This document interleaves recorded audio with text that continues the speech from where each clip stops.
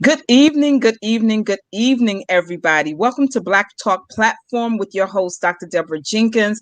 I'm so excited, and yes, I say this for every show, but I really am very excited about this show because if you are into charities, if you are into supporting good work, this is the show that you've been waiting for. And it's also the show that I've been waiting for to bring on my first time guest for the first time here on Black Talk Platform, but I do hope it will not be his last time being with me. It is brother Toqeph Ben Yisrael or Israel.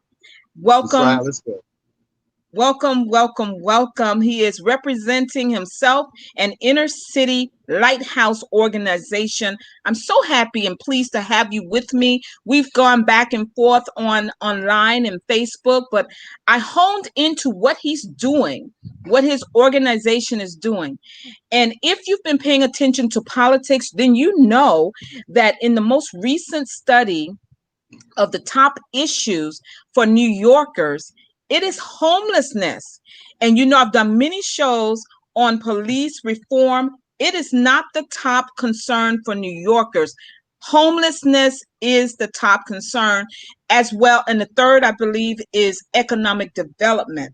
So what Inner City Light does is tackle both homelessness and economic development. And that is why we have Brother Toqeph on tonight, because they are doing something that I haven't seen in a while, a virtual telethon fundraiser for Inner City Lighthouse's work. So Brother Toqeph, I need for you to just introduce us to you, your organization, the great work you do. Tell us about the location.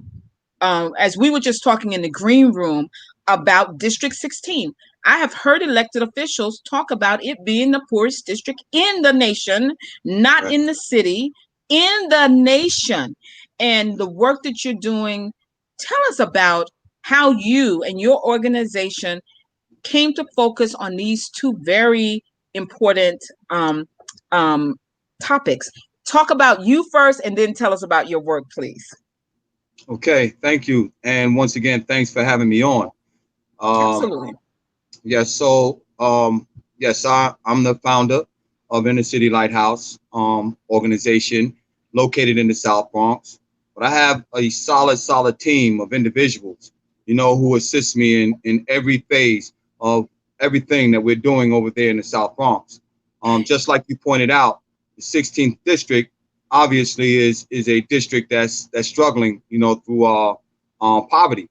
Yeah. And one of the issues, that we see, especially, when we look at the stats and we compare it to the rest of the country, that New York City leads all the nation, in homelessness as well as unemployment for Black and brown males today.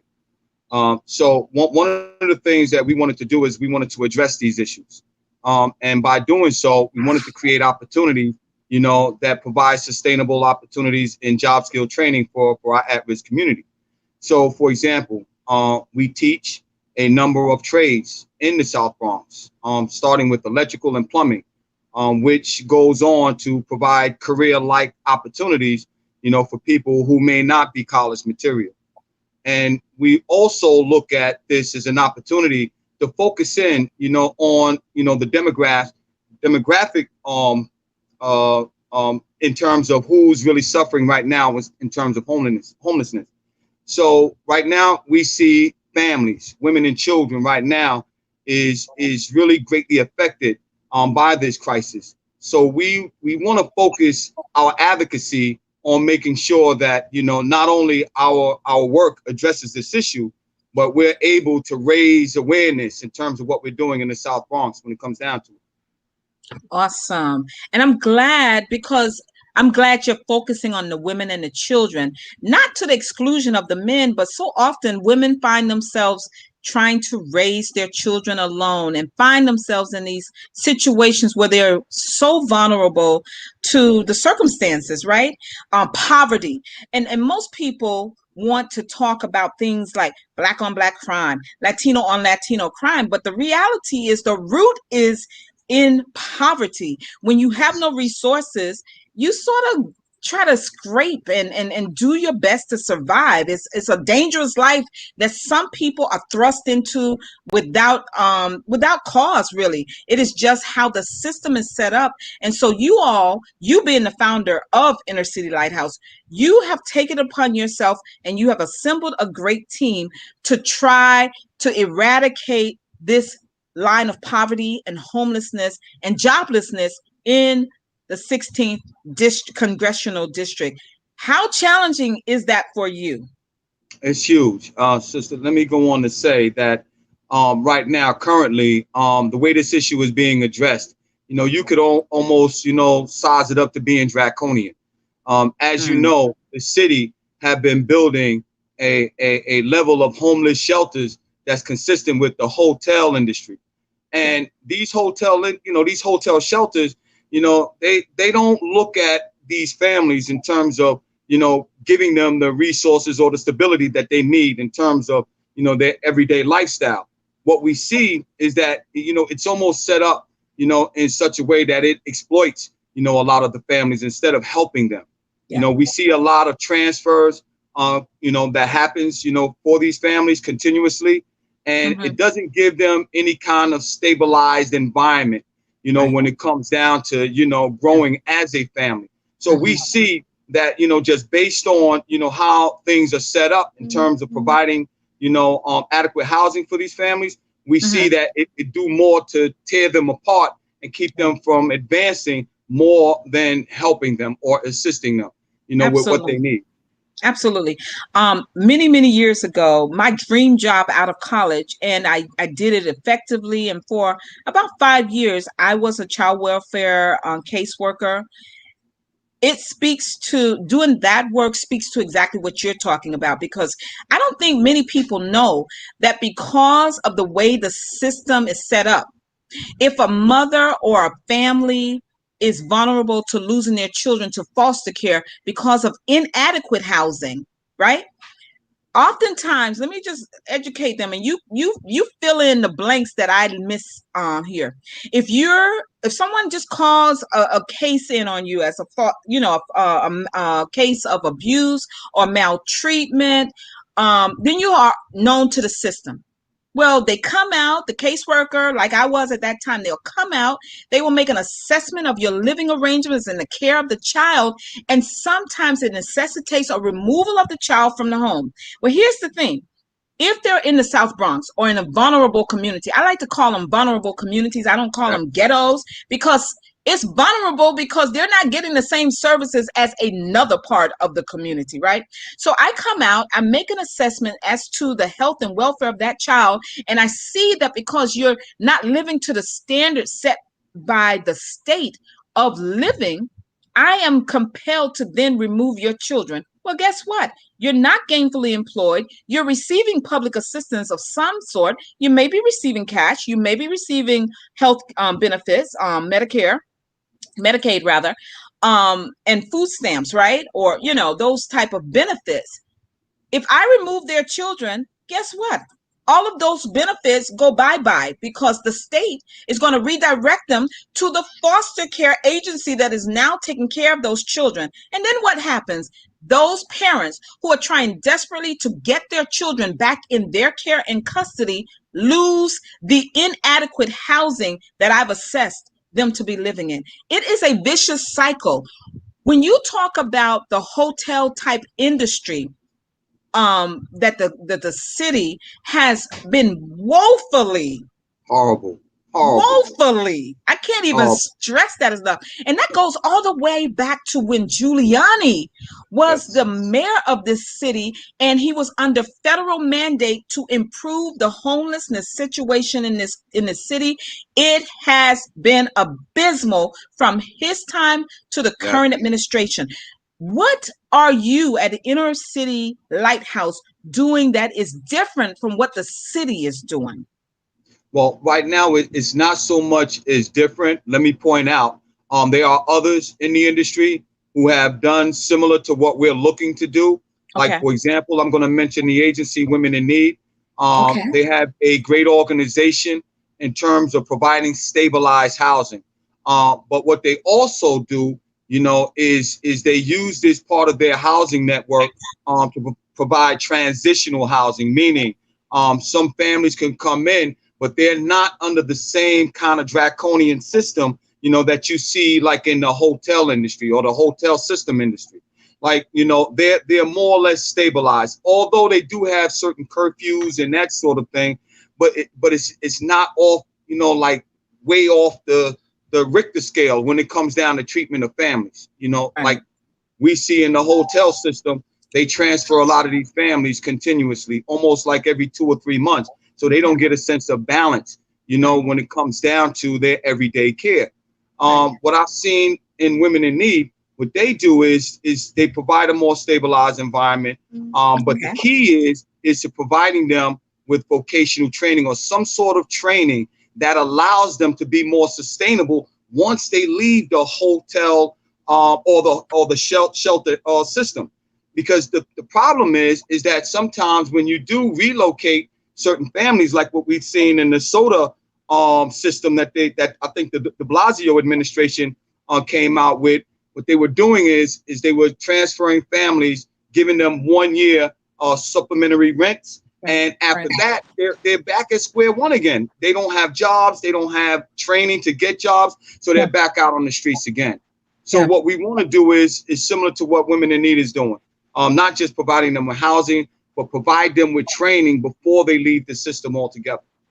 I think that's an excellent idea, because even during that time, and I'm not trying to make this about me, but I'm just affirming what Brother Toqeph is saying tonight, because I've been a worker in the system. And in fact, it really burns you out to see families struggling to try to adhere to the very stringent, sometimes it's criteria that they have to. It's horrible.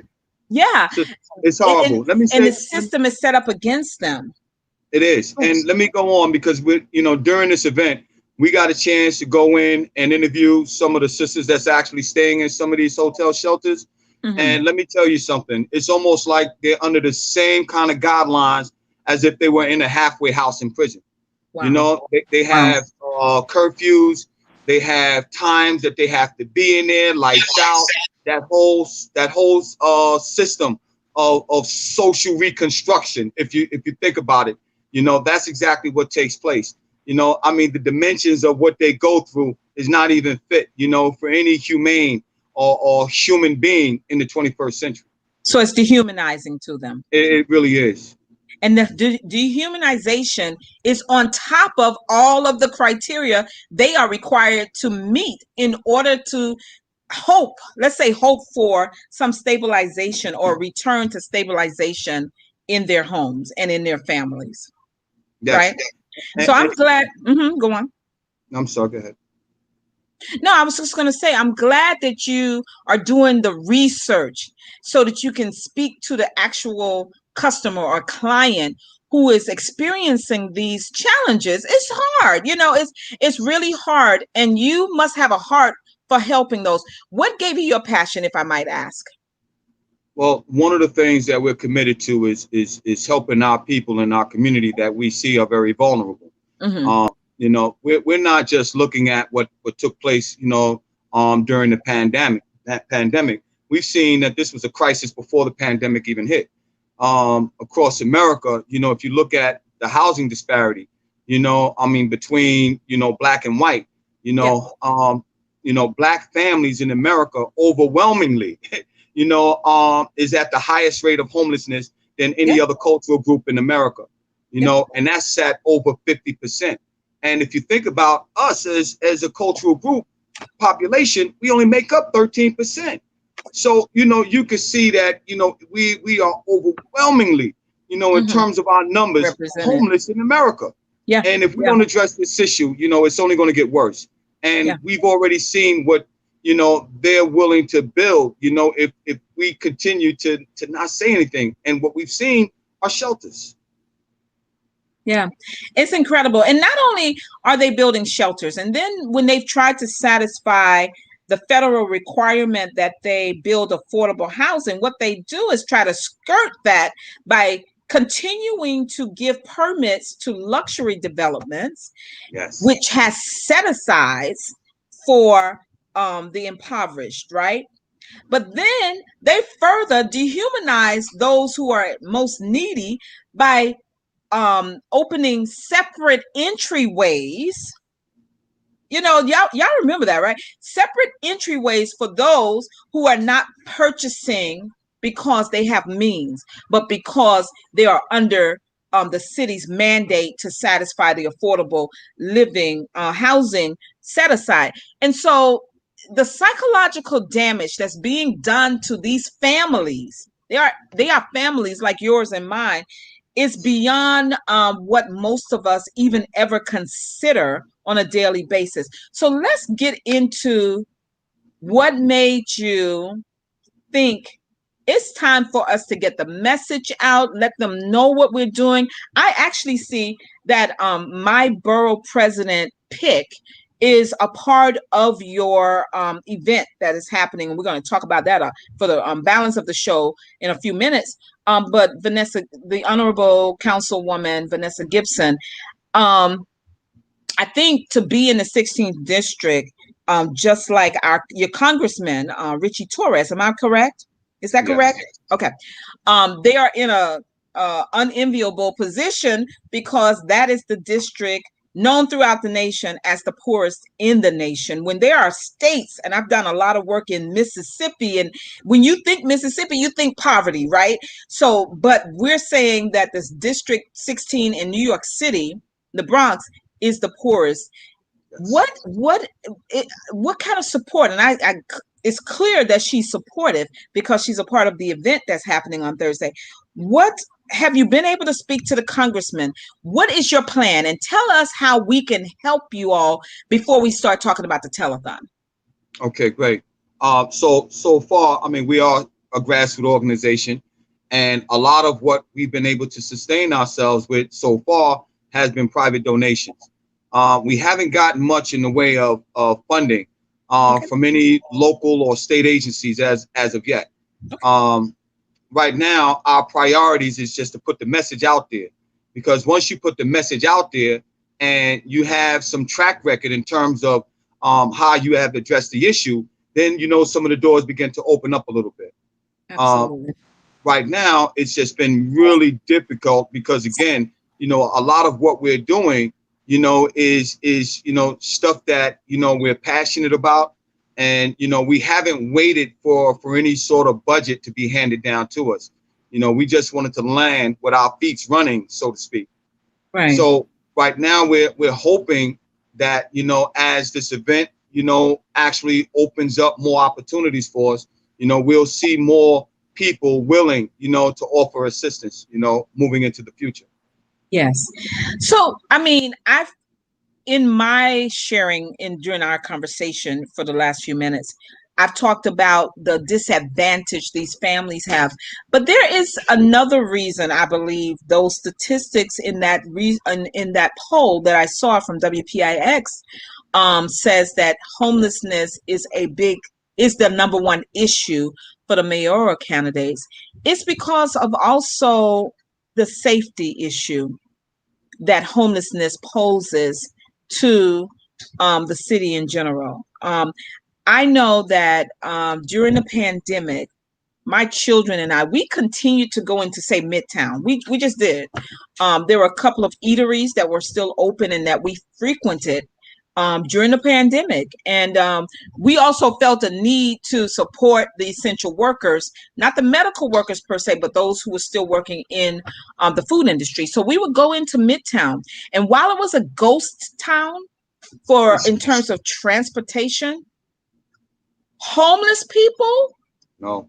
they were everywhere and receiving very little attention.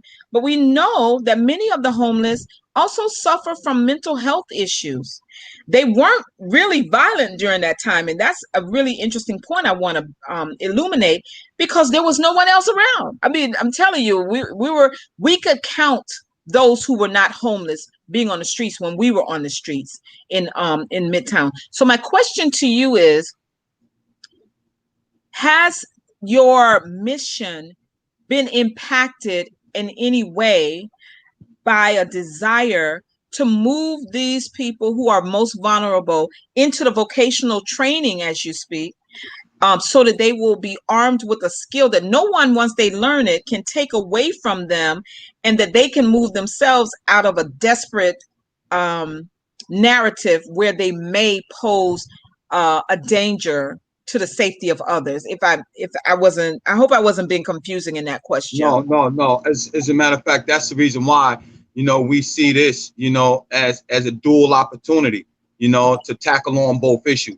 Like, these families, they win once we provide them with trade skills. Yes. There's no shortage of electrical or plumbers or plumbing, trade opportunities for people out there. There's no shortage of that. So Right. if you give them, these viable tools, they'll go out and not only sustain themselves, but they'll sustain their families, and then they can sustain the rent as it comes Right. through. But Absolutely. if you move them while they have no job skills, then what we're going to do is we're going to end up at ground zero once again, because it's only but so long that you can depend on the system to take care of your rent. And as we can Absolutely. see, there's a small margin of people willing now to take vouchers. So we don't just have a homeless problem, we have a housing crisis problem, whereas Yes. there's a lack of affordable housing. And even when folks, finally do get themselves out of the homeless system, they're still going up against people, who are looking for housing themselves, and who can't afford, certain places to live, but even they are being, outpriced out of a lot of the markets here in the city. So it's a hard situation for a lot of the families here in New York City. So even when they move out of the city, they find themselves in an even tougher market. So Yeah. yes, there are a lot of issues when it comes down to that. But the main issue is to provide them with some skills, and Right. chances are they will not find themselves homeless once they gain that opportunity. I so totally agree with you. We were talking before the show went live about how trade jobs, skill trained people are being begged for. Now, even as the country reopens and our city, we're probably tomorrow, the governor may announce that the city is clear to reopen because they were waiting for 70% of vaccine people. So I already feel like it's reopened when I'm driving on 95 and it's It's bumper to bumper. It's crazy, right? So it's like pre-pandemic. But with everything opening back up and being sympathetic to small landlords, I'm not talking about the big ones, but they all sort of fall into the same category. Everybody is going to be trying to recoup their losses. So that's going to further exacerbate what homeless families and those in need of affordable, safe housing have to deal with. We were also told recently that the Section 8 voucher program has reopened. And I want to give kudos to Secretary Fudge for moving on that right away. I think it's going to be more beneficial to people outside of New York than those inside of New York. That's just me. I haven't done any deep research. That's just, smaller markets have fewer people, and so in New York we have so many people. It just seems like that. So our people here in New York are still going to be faced with the extreme challenges of either getting on those waiting lists, receiving those vouchers, being compliant in a women's in need program, the help shelter programs, or any of the other city funded or the city run programs. Let's talk about the skills training. You've mentioned more than once electrical and plumbing. Plumbers? Oh my goodness, that is both of those industries are excellent. Are there challenges specifically to those you train getting into the union houses, to the Well, locals? we do have several guys who actually made it into the unions on their own. Mm-hmm. We teach them the skill sets. We also teach them the mannerism, in terms of what to expect on a work site. We pair them with mentors who actually have been out there on the construction sites, who have worked with various contractors throughout the city. We have networks that actually introduce them to people that can actually take their skill sets and take it to the next level. Okay, that's great. That's really great because that's something else that could be discouraging, especially. So, are you doing life skills training also? Because you said you trained them to know what to ask for. Yes. Uh, I remember when I'm not trying to make this about me, but I did run a workforce development program some years ago, and I found in talking to potential employers that they were more interested in us preparing them for life skills, the soft skills rather than the specific skills. So what you're doing a specific trade so that they will be able to go after these jobs and be competitive. Is there Yes. anyone on your team or your staff who is also taking care of the soft skills? I'm going to dress in a suit and a tie, even if it's a 90-degree day. I'm going to dress, even though I'll be working outside for the entire job. Do you have someone on your team doing that type of thing so that they can make it from the application to perhaps the interview? Absolutely. Actually, several of our guys actually got their own jobs, and now working with the union just based on the interview. We Awesome. actually, pretty much prepare them in terms of their mannerisms, what to expect during the interview. And even, when they show up, what time to show up and how to conduct themselves, throughout the first, several months, of their job experience. We That's teach them incredible. all the way straight through. So, not only do they know the layman terms, as far as what the contractors are expecting them, as far as the language that they use, but their mannerisms and everything else they see, is up to par, when it comes down to, working with a lot of these contractors. So we know what to expect and we know how to prepare them. So few of the guys that went out and now are gainfully employed did so on their own, just based on what we taught them. Wow, that is so incredible. That's so incredible. I know it's difficult, but the fact that they're being proactive like that gives my heart joy. So we're about 3 minutes from when we're going to get into talking about June 10th. I wanted to give the audience enough background as to what you and Inner City Lighthouse are doing. And I have to say kudos to you because this is almost altruistic because I know as a nonprofit leader, it's not a lot of money in there for you. So there has to be a point of passion. Are your services limited to those who live and reside in District 16? And I'm just asking for information No, for no, myself. it's absolutely not. We cater, to the needs of the people, which is very important. This is one of the reasons why, our focus, has always been centered, on the people exclusively, because, sometimes, when it comes down to certain grant gifts, they specify in terms of who, is allotted for the program. We want to be pretty broad in terms of who we can offer these services to. So Right. even if there's an individual from 18 to 50, if they have the desire to change their lives or to improve their lives, we want to be able to provide them with that platform. Incredible. So let me take a moment here before we get into talking about June 10th to thank everyone who is joining us tonight for Black Talk Platform. Listen, you all know if you've been a viewer and a supporter of this platform for the last more than a year, because we just celebrated our year anniversary a few weeks ago, you know that much of our focus is on justice, but there's a justice element to affordable housing, to removing the stain of dehumanization because of the status that we find ourselves in, and joblessness. There is a level of justice that Your goes mic is along with going that. low, sister. Your mic? Can you all hear me? Somebody tell me if you can hear me out there. I'm at 81%.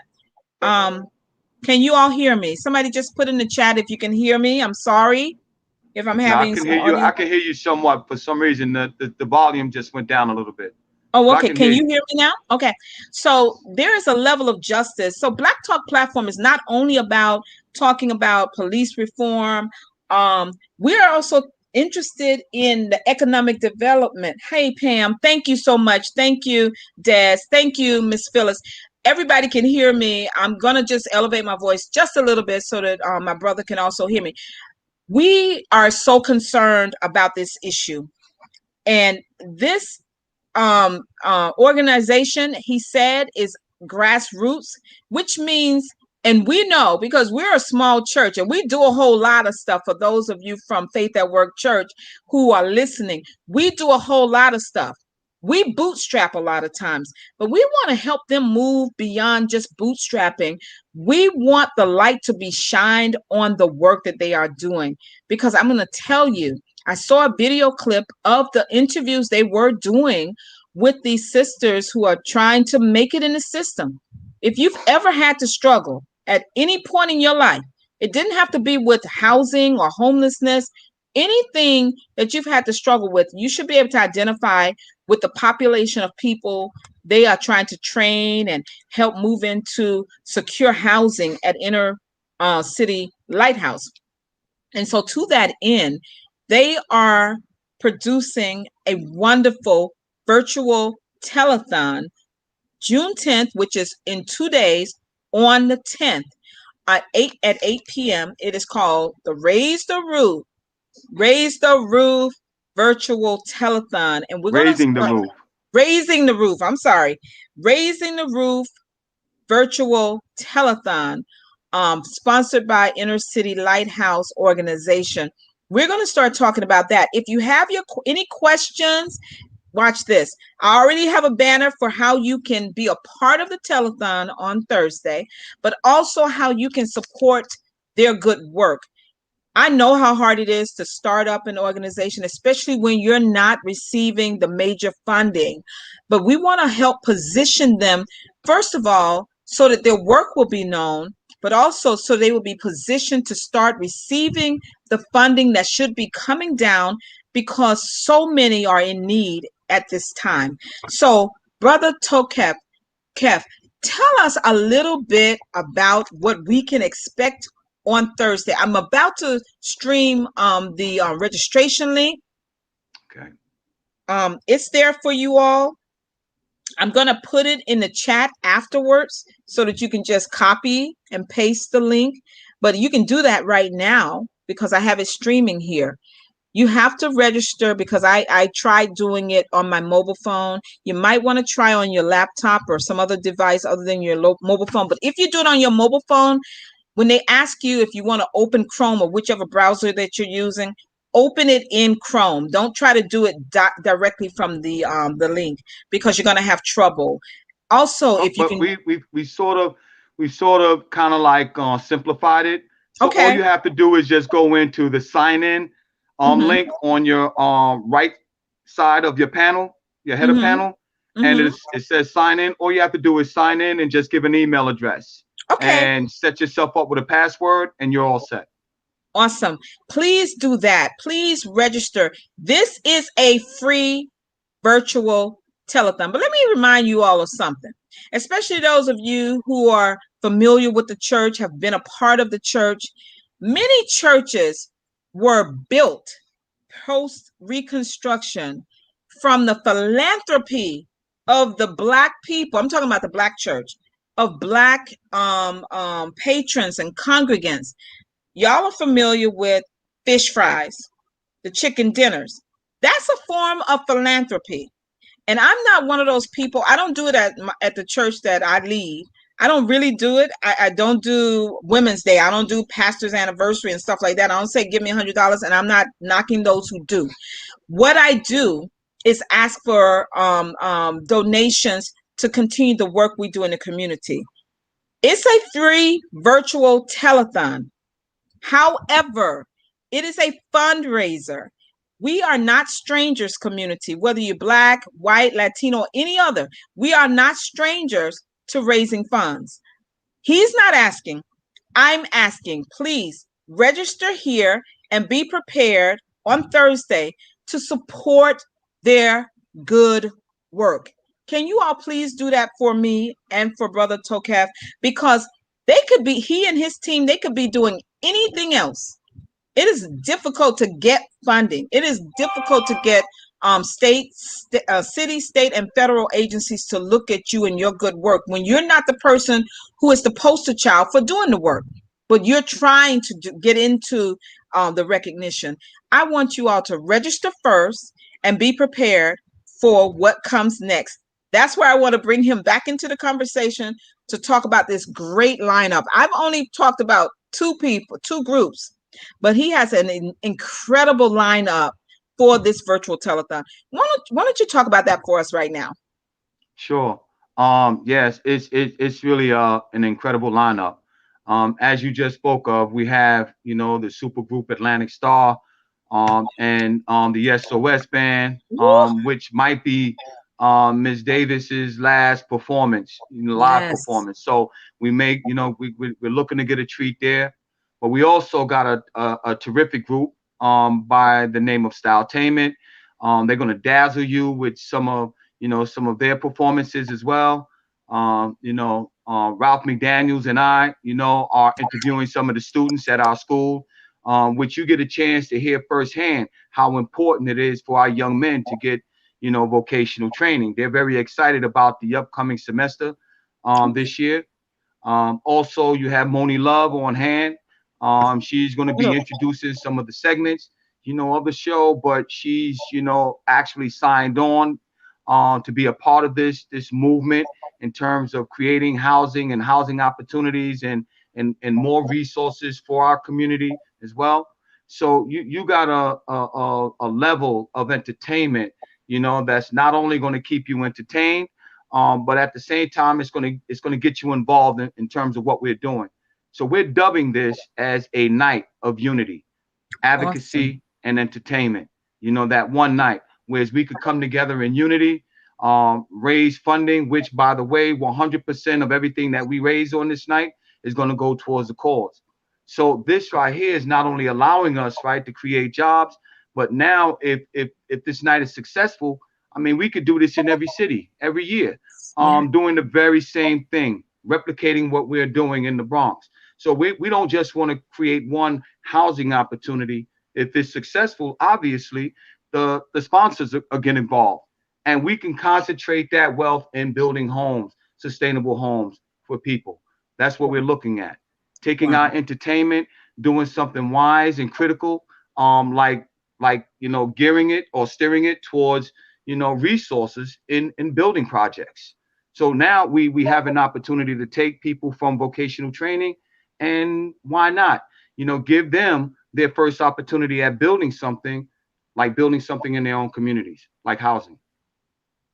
This is so incredible to me. It really, really is so incredible to me. First of all, let me tell the audience, and I've already told my brother, the SOS Band, Miss Mary Davis, I think that I'm her singing twin. And let me tell you, the church folk don't know this. Y'all know that I do post my secular music, and I don't have a problem with that because it's a part of me. Music is a part of me. But the SOS Band, Miss Mary Davis, and it's so unfortunate that her health is causing her to retire from the SOS Band. Let me tell you, this is no small feat that Brother Toqeph has been able to get the SOS Band with Miss Mary Davis. So if for no other reason you want to see the SOS Band, do I have to run down their songs for you all? No, I'm going to let y'all do your own research because I might break out into I got to charge up my phones. 1 second. I'm sorry. No problem. That's okay because I'll keep talking about the SOS Band and then I'm going to get to Atlantic Starr. You all don't want me to drop some bars from the SOS Band, do you? You want me to sing The Finest? You want me to sing Take Your Time? Do y'all want me to sing any of that? Okay, y'all don't. Okay. All right. It's your loss. It's your loss. And I don't blame you because you will be able to hear her sing on June 10th. Anyone who's known me for 20 or 30 years, that it would be my sister and my best friend forever, Mocha Wilson, and my brother, Eric Covington. These people know how much I love the SOS Band, but they also know that I am a huge fan of Atlantic Starr. Listen, these are not groups who are into this for the money. If you go to Brother Toqeph's Facebook page, you will see a promo that one of the founding members, Mr. Wayne, did for this telethon that's coming up on Thursday.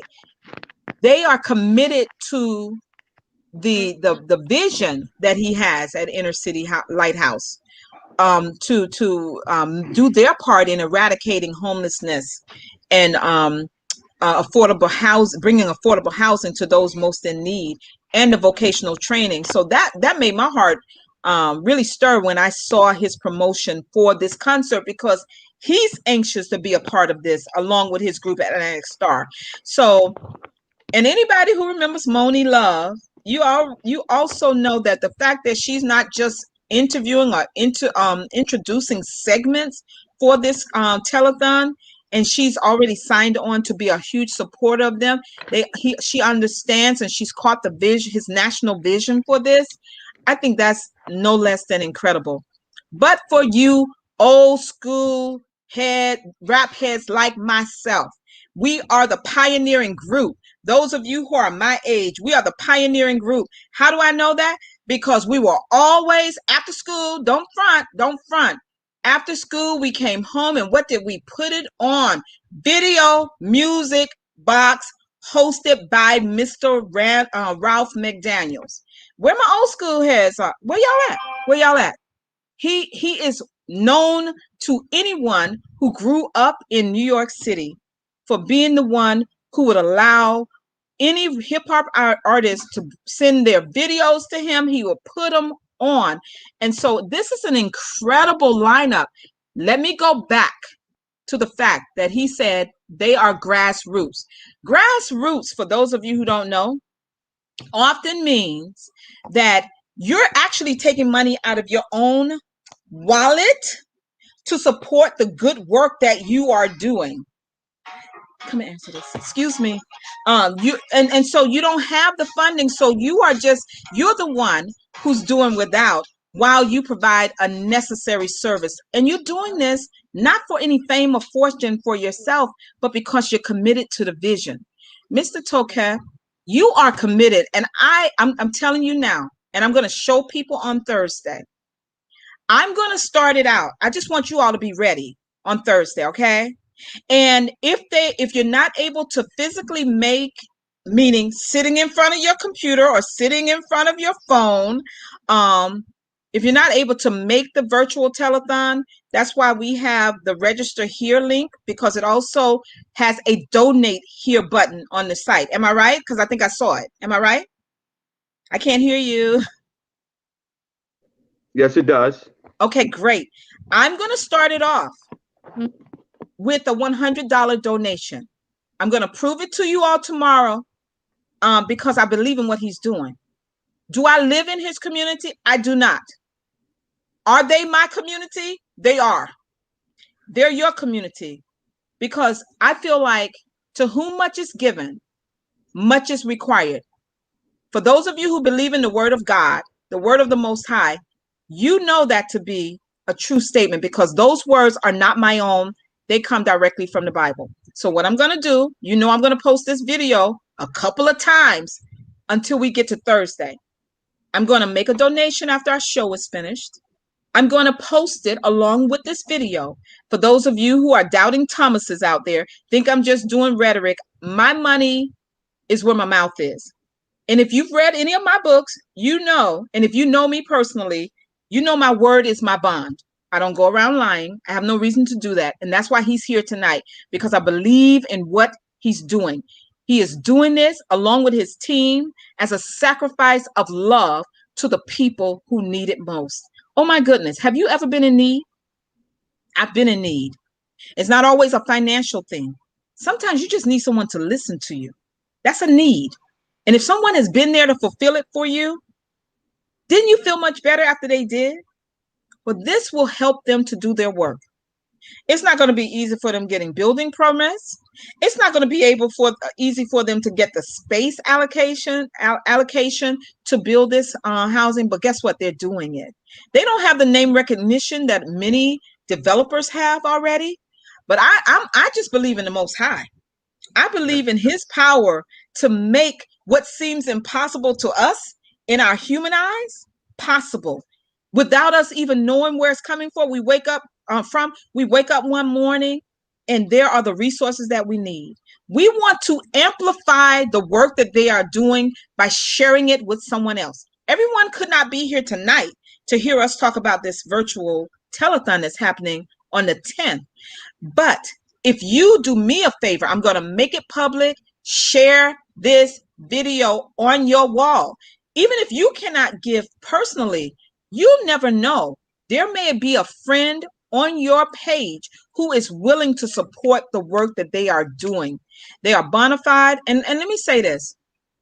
We love to ask minority organizations for all of their credentials. And guess what? Usually we're able to provide them right away because we know about the skepticism that accompanies any ask that we make. His work, his stuff is in order. You can donate and feel good about doing it because what he's talked about tonight, vocational training. I mean, I do a lot of reentry work and work with the formerly incarcerated. They're not always able to get traditional jobs because of their status. It doesn't matter that the box has been banned. They still have an uphill road to mountain to climb often. Let's see what we can do to help these mothers, to help these brothers who are trying to get back on track. Let him have the balance of the time to talk up this telethon, talk about, and while you were gone, I was talking about how I saw a promotion from the leader of Atlantic Starr and how he's excited to come to you all to do this benefit concert. Just talk to us about how you were able to get these wonderful and incredible, and you also have a comedian, artists, and personalities to become involved in your vision. Yes. See, all you have to do is just, bring up the subject. We all know someone who's struggling, through this crisis. We see that it's not something that's getting better; it's getting worse. So whether you're somebody that's on the grassroots level of this, or you're an entertainer or a celebrity, we're all somehow affected, by this situation. So when the subject came up in terms of them headlining this opportunity, I mean, they jumped at the chance, because once again, like you just pointed out, we are all a community, and Yes. we should not allow ourselves to be subjected, based on a zip code. So Right. when they found out, it's like almost one door began to open up another. SOS Band got involved. So next thing you know, this is a charity now that's resulting in love. So love is the theme this night. We've had enough hate in our communities. So what we want to do is overemphasize the love aspect of this. Anything that promotes advocacy and entertainment and unity, that's love. Yes. So we know that love goes a long way traditionally when we focus it on the right types of stuff like homelessness and job skill training programs. Yeah. This pulls a man out of his oppressed state, right? Mm-hmm. And the homeless issue, advocating on this issue, allows us to plead for those who can't plead for themselves. Absolutely. So us having that level of awareness, we're raising our voices together. So we're all doing our part. If you want to look at the doctrine in terms of what the Bible preaches, it tells you, plead for those fatherless and those widows. So this gives us a chance to promote such a level of understanding, based on the Bible, and it also gives us a chance to exercise our humanity, opportunity when it comes down to our community. And this is, for me, I'm very passionate about it, and like everyone else that has come on board with this event, we're all passionate about it. This is something that we've been wanting to do for a very long time, so now we have that chance. But I also wanted to speak about the event in terms of what we're offering. We're not just saying give me, give me, give me. We have some auction items that we're looking to provide the public, like, for example, destination vacations, where we're offering destination vacations as a way to supplement the opportunity in terms of a give type of opportunity, because the vacations that you get from us are a tax write-off. So you can actually get a vacation from any place, that we may offer, from the Caribbean islands to South America. And you can enjoy yourself, enjoy your family, give back to the community. But at the end of it, you have a tax write-off, so that's a Wow. win-win situation for our community. So now we're learning how to utilize, our vacation experience while giving back, while saving money at the same time. We have vacations. We also have sports memorabilia items that does the same thing. You can actually purchase these items from us. A lot of times these items don't depreciate. They gain in value, but they're actually a write-off for the people that purchase it from us from this event. Wow, that's incredible. Okay, so let me slow it down. I want to get to one of the comments that I think you alone can address. My very good friend, Reverend Barbara Ellerby, is here. I just put the link in the comments to register for Thursday, but she's having a hard time registering. If she goes into the sign-in link, yes, all she has to do is go to the right side of the header panel where it says sign in. And all she has to do is click in that sign in button, and they can give her access. She can sign in through an email or Facebook. They give her several options there. Okay.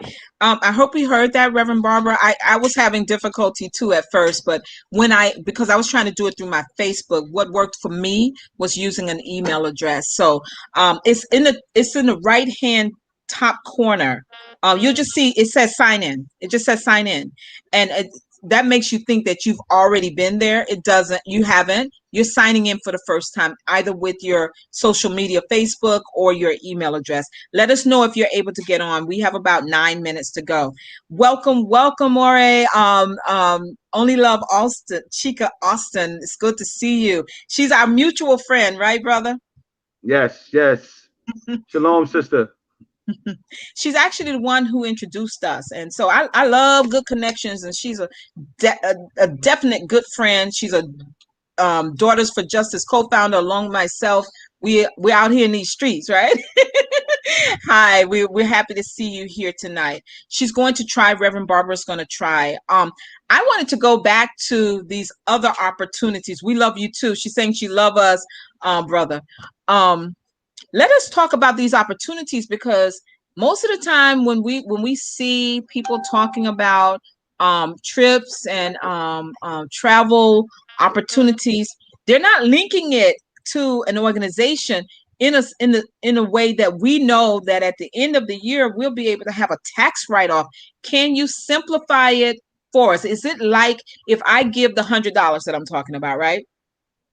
Yes. You'll give me the information to give to my tax preparer in 2022 for my 2021 taxes. Can you just break that down as if we're children? Okay, yes. So, for example, you bid on a destination trip to St. Martin's, right? You and your family, and it was purchased by courtesy of Raising the Roof event telethon. That right there is associated with our tax ID. That purchase is associated with our tax ID for this event, which clearly states that you bought the vacation through a fundraiser. That fundraiser now entitles you to have a tax exemption from the vacation that you purchased from this event, because the proceeds are going towards the homeless and vocational opportunities that we just mentioned tonight.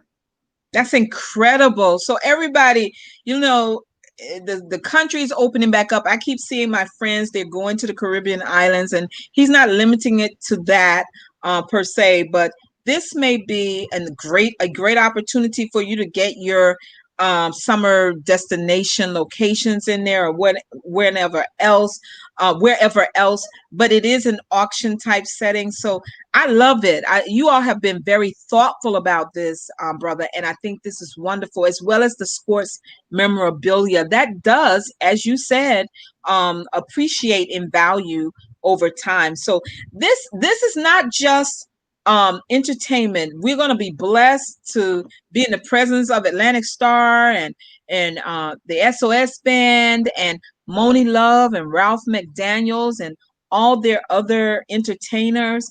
But I don't want anyone to miss this great opportunity to support good work,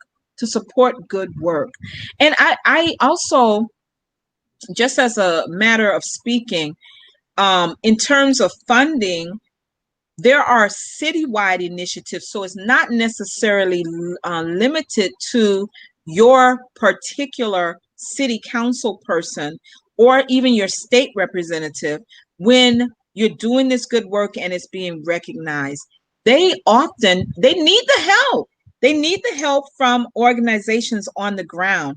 We just want to let everyone know, everyone who's watching tonight, please promise us that you will share this on your page, across your social media. If you're on Instagram, if you're on Snapchat, if you're on Twitter, and what's the other one? I don't know how you share it to TikTok. I don't know TikTok, but wherever, Facebook, this is where you're seeing us. And I don't know if you can share it on YouTube, but you can catch the link from here on your YouTube and just share it. Let other people know about this good work, because I promise you that a lot of the problems that we have as a people are tied to our living situations. So imagine someone being vulnerable in terms of their housing. The moratorium ends August 1st, if I'm not mistaken, on rent. So the work that he's currently doing with vulnerable communities in terms of their housing, it's about to be exacerbated. And if he's in the poorest district in the nation, they won't alone be able to answer everyone's need, but we want to help prepare them to answer those who come to them seeking their help and assistance as much as we can. So we have 4 minutes to go. If you have any comments, if you're unclear about anything, drop it in the chat while we are here so that he can answer for you. I have been enriched by you being here and sharing with us from your heart. And we want to give kudos and claps to your team who are not here, but you're representing them all. We are thankful for you, for the work that you're doing. And I'm praying that your work in your area will become a demonstration project across the nation, in a very simple way. Absolutely, in a similar way to what Dr. Johnny Ray Youngblood did back in the 80s, I believe, the 80s and the 90s, with the Nehemiah houses out in East New York, Brooklyn. Yes. And we actually have a mayoral candidate, Sean Donovan, and this is not an endorsement, who helped him in that work. So, at one point, they were a church with a dream. Brother Toqeph is a man with a vision and a dream that is beyond the 16th district. He could easily replicate and go beyond what Dr. Johnny Ray Youngblood did, and Dr. Johnny Ray Youngblood would be pleased to see someone else picking up the mantle. I know I am. And so I'm so happy that you agreed to be on this show tonight. Are you excited? Are you just doing too much work that you can't even get excited about what you're about to do on the 10th? Well, to be perfectly honest, I'm really honored, to be on your platform. I mean, it's a blessing, and I'm not just speaking for myself. I'm speaking for my whole team, and I wish they could be a part of this, because I couldn't have did it without them. They're a great, terrific bunch of people, and we wouldn't be at this threshold if it wasn't for them. So I would have to, mention them, and all that they have done, with this production. I mean, we've never done anything like this before. So now here we are, a few days away from launching it. So it's an incredible experience. It is. You can name them if you want. Huh? If you want to call them by name, you can. Yes, we got our secretary, Tony Lewis, who's been an incredible asset to this whole program. We got, our co-chair, Joshua Mickens, who's been a fantastic soldier behind the scenes when it comes down to all of this. We have Alicia Fagan, another solid sister, who time in and time out, has been on the front line. We also have our brother Kurt Roden, who has also been on the front line, when it comes down to this movement. But I want to go a little deeper than just the board. I want to talk about, my brother Stephen Lewis, the editor and the producer. He's been, so instrumental in moving all of the parts, when it comes down to the technical aspect of this production. Wanda Snell, oh man, my sister Wanda Snell, I couldn't do anything in terms of what she brings to the table is super, super awesome. I mean, she's really the heart and soul of this whole movement also. So there's those people, they're the first ones that come to mind, that has really allowed us to move the way we have been moving when it comes down to this production and everything that we have done. Now I can go into the staff, like Mr. Walter Curtis, a 40-year vet, licensed teacher in plumbing and electrical, and you think my passion is something, you have to hear this brother speak, and his desire to make sure, that we leave skills like electrical and plumbing inside the communities, that is where it's needed the most. So, we got, my guy I have to mention, Jesse Sexton, he's another electrician, Alan Reed, another electrician. These guys have been instrumental in teaching our young men, promoting them, mentoring them, and really giving them the tools to believe that they can go on to be successful once they gain these trades. Incredible. So I was writing down his team names as he was speaking. But the good thing is that this is a video that you will be able to look at over and over again. And I'm going to tell you, I'm happy having you here. This is the good trouble that Congressman, rest his soul, John Lewis talked about. It's not always out there fighting for justice in those very public ways.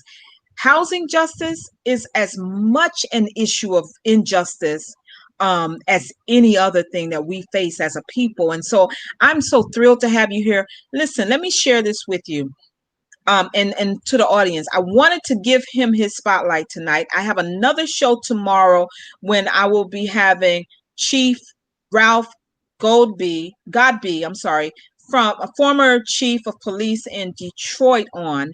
And he has some radical ideas about police reform. So he'll be on tomorrow. That's a special edition show. This is a special edition show because I wanted to show you all that we can be multi-dimensional. We're not just one-trick ponies, even though that's what I call myself all the time. Until Black men and Latino men stop getting shot down by legalized with people with guns who have them legally and they are supposed to serve and protect us, I'll continue to be that one-trick pony. But I know that we are multi-dimensional, and so there are so many other things. To that end, this video, even if you can't make it Thursday, you can support it tonight, you can support it tomorrow, you can support it in perpetuity, because they're going to still need your support. Am I right? Am I right, my brother? Yes, and yes, this indeed. video, okay, this video is not going to go away. It's going to be on YouTube, which I have not spent any time developing that audience over there. But there is another place it will be as of August 2021 that you will be able to drop a donation specifically to Inner City Lighthouse. At any point, you'll be able to see this video. And if so moved, you'll be able to, on Giving Tuesday, you can support them, because I will be highlighting them, because I believe in the work that you all are doing, and your team is great. We thank God for you all, and we just wish the best for you and everyone involved on Thursday. Let me let you have the last words for tonight's show, and I ask everyone to come back tomorrow to hear Chief Ralph Godsby share with us about his police reform plan. My brother, it's on you. I'm gonna say in closing, once again, thank you for the opportunity. June 10th, it's a night of unity. Why is it a night of unity? Because we're going to proclaim that as a night of unity for people to come together, right? We want our numbers to be represented, because, in our numbers, in our unity, there is a value. And in that value, right, we can concentrate that wealth. in an area where it's needed the most, housing and vocational training. We can get it done. Yes. Thank you. Awesome. Thank you so much. We look forward to seeing you on Thursday. I'm about to go and make my donation right now. I'm going to repost this because I always do. Everybody knows it. They know I'm going to repost it. But and I will be reposting it up until 8 p.m. just before 8 p.m. because I don't want you all to be messing around with me. At 7 o'clock on Thursday the 10th, I will repost it again just to remind you because I know we're all busy. I need you to be there. Let's have a virtual concert party together, watching the Great Atlantic Starr and SOS Band, hosted by Moni Love and Ralph McDaniels and brother Toqeph Ben Yisrael. Thank you so much, brother. I'll see you in the green room. Good night, everybody. See you back here tomorrow if you can make it. Come see the chief. God bless you all. Thank you.